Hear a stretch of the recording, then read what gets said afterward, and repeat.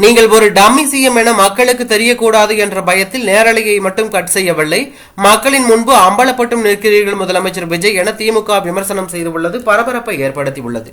இது தொடர்பாக திமுக IT wing தனது எக்ஸ் தளத்தில் சட்டப்பேரவை நிகழ்வுகள் அனைத்தும் முழுமையாக நேரலை செய்யப்படும் என அமைச்சர் ராஜ்மோகன் நேற்று வீராவசனமாக பேசி 24 மணி நேரம் கூட ஆகவில்லை.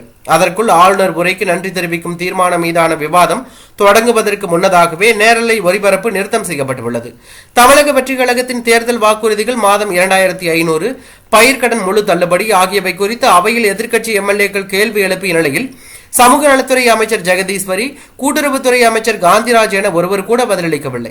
மேகதாது விவகாரத்திலும் நீர்வளத்துறை அமைச்சர் ஆனந்த் அவர்கள் பேசவே இல்லை. இட்டுன்னு போய் இட்டுன்னு வருவதுதான் அமைச்சரின் வேலை என நினைத்துக் கொண்டிருக்கிறாரா?